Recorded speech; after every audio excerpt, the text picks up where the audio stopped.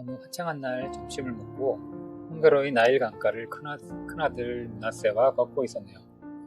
갑자기 문하세가 자기 이름의 뜻이 무엇이냐고 묻더군요. 어제 친구가 자기 이름의 뜻이 너무 좋다고 말하면서 엄청 자랑했다고 하면서 문하세라는 자기 이름의 뜻이 무엇인지 알고 싶다고 하더군요. 저는 아들에게 이름의 뜻을 말해 주었어요. 내 이름의 뜻은 잊어버리다 라는 뜻이란다 라고 말이죠. 아들의 얼굴에 실망의 기색이 역력했어요. 좀 더 멋진 이름을 기대했나봐요. 사실 잊어버리다는 것이 멋진 이름의 뜻은 아니죠. 아들의 실망한 얼굴을 보면서 아들에게 아빠가 왜 힘들었는지 어떤 일이 있었는지 얘기를 좀 해줘야겠다는 생각이 들더군요. 아들에게 그동안 말하지 않았던 옛 이야기를 들려주려니 갑자기 울컥했어요. 그래도 아이에게 차분히 그동안 있었던 일에 대해서 이야기해줬어요. 형들에게 미움받아 노예로 팔린 이야기로 시작해서 지금까지의 이야기를 아이에게 전부 얘기해줬어요. 아이는 너무나 놀란 얼굴로 눈을 동그랗게 뜨면서 듣더라고요. 지금 이렇게 힘 있는 아빠가 예전에는 아무 힘도 없는 노예였다는 것에 너무 이상하고 충격적이었나 봐요. 제 이야기를 다 듣고 난 후에 아이는 조금 밝아진 얼굴로 아빠를 안아주네요.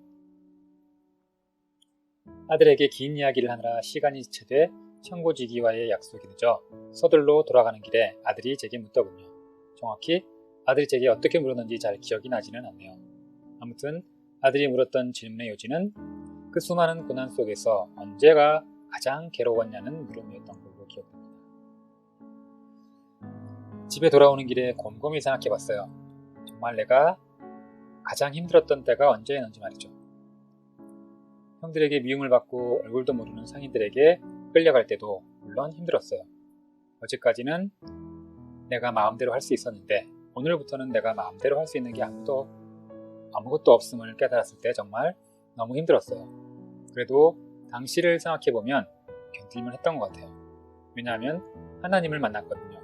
하나님께서 저와 함께 하셨거든요. 그리고 하나님께서 저를 형통하게 하셨거든요. 애굽으로 내려와서 저는 파라오의 시위대장 보디발이라는 사람에게 노예로 팔려갔어요. 그리고 저는 제 처지를 한탄하기보다 저와 함께 계시는 하나님을 굳게 믿고 정말 열심히 일했어요. 하나님께서도 이번에도 저를 형통하게 해주셨어요. 하나님이 저와 함께 하셨거든요. 아마 시위대장 보디발이 제게 하나님과 함께 있어 형통한 모습을 봤나봐요. 그래서 저는 그 집의 모든 일을 맡아서 할 수 있었고 그는 나를 신뢰해 주었죠. 그런데 보디발의 아내가 자꾸 저를 유혹해서 저는 그녀가 있는 자리는 피했고 되도록이면 마주치려 하지도 않았어요. 아마도 이게 그녀에게 상처가 됐나봐요. 여자가 한을 부으면 온유래도 소리가 내린다잖아요.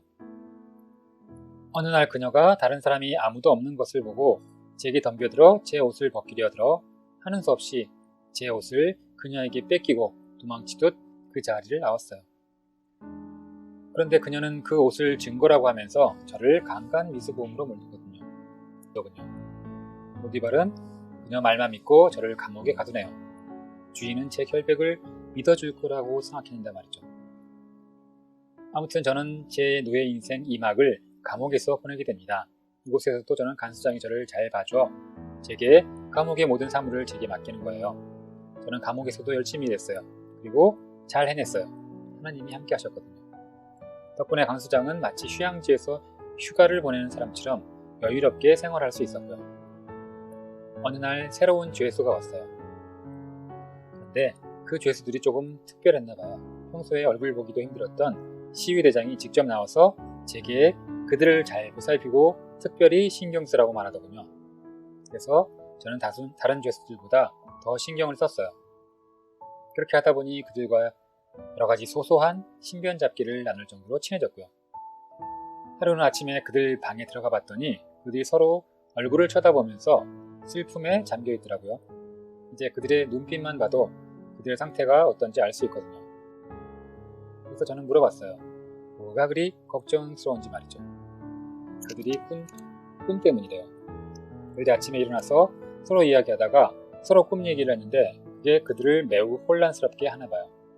하나님께서 해석을 해주실 거라고 자신있게 이야기하면서 그 꿈을 말해보라고 얘기했죠. 처음 술 맡은 관원장이 제게 그의 꿈 이야기를 들려주었어요. 꿈 이야기를 들어보니 너무나도 좋은 꿈인 거예요. 그가 풀려나서 다시 바로의 신하로 복직하는 꿈이었거든요. 저는 그의 꿈을 말해주면서 생각했죠. 이건 내가 이 집에서 풀려날 수 있는 절호의 기회라고 말이죠. 하나님께서 이런 기회를 준 것 같아 라고 말했죠. 그래서 그의 꿈을 해석해주고 나서 바로 숨도 안 돌리고 이야기했어요. 그가 복직이 되면 나를 이 집에서 좀 풀려나게 해달라고 말이죠. 나는 정말 아무 죄도 없이 감옥에 갇혔다고 말하면서 말이죠. 그는 흔쾌히 그러마고 이야기했어요. 그때를 생각해보니 지금도 흥분되네요. 그때 제 심장이 너무 크게 뛰어서 제가 다 깜짝 놀랐습니다. 이제 하나님께서 나를 이곳에서 건져내 주시는구나. 하나님께서는 이런 계획이 있으셨구나 라고 생각하면서 이제 내가 자유의 몸이 될 수도 있다는 생각에 너무나도 기뻤어요. 그리고 3일 후에 내 꿈의 해석대로 술 맡은 관원장이 나가는 날 저는 그를 배웅했죠. 그때 저는 아무 말도 하지 않았지만 그에게 간절한 눈빛으로 제 마음을 전했어요. 그날 이후에 저는 매일 수염을 깎고 옷을 깨끗이 입고 언제든 바로가 부르면 나갈 준비를 하고 있었어요. 왕궁에서 누가 온다는 소리만 들려도 심장이 두근두근했죠.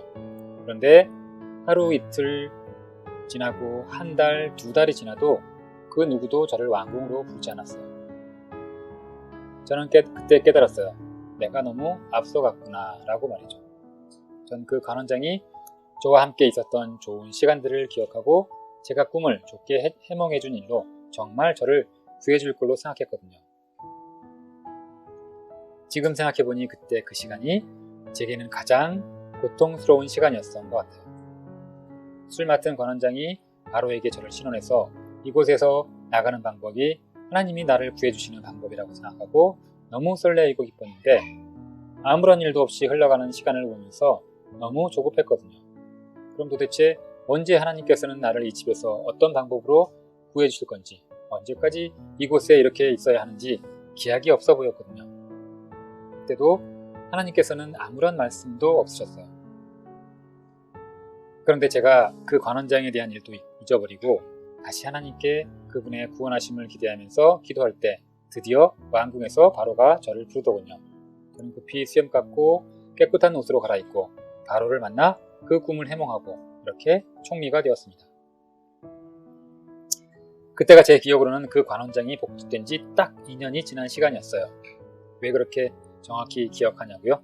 제가 그 관원장이 나가고 나서 매일 날짜를 세고 있었거든요. 지금 돌이켜 생각해보니 하나님의 시간은 저보다 더 정확했던 것 같아요. 만약 내 계획대로 돼서 그 관원장이 바로에게 이야기를 하고 저를 바로 꺼내줬더라면 저는 아마도 제 아버지 야곱이 있는 가나안 땅으로 갔을 거예요. 집안은 한바탕 난리가 났었겠죠. 그리고 저는 사랑하는 동생과 아버지와 함께 행복하게 살았겠죠. 그리고 결혼을 했을 수도 있고 아들, 딸 잘 낳고 연수가 차면 죽었겠죠. 그게 끝이었겠죠. 그런데 하나님의 시간으로는 이 2년이 꼭 필요했던 것이죠. 2년이 지나야 제가 바로 앞에 나아가 꿈을 해몽하고 애굽의 총리가 되는 것이죠. 그리고 하나님의 큰 그림을 완성할 수 있었던 것이죠.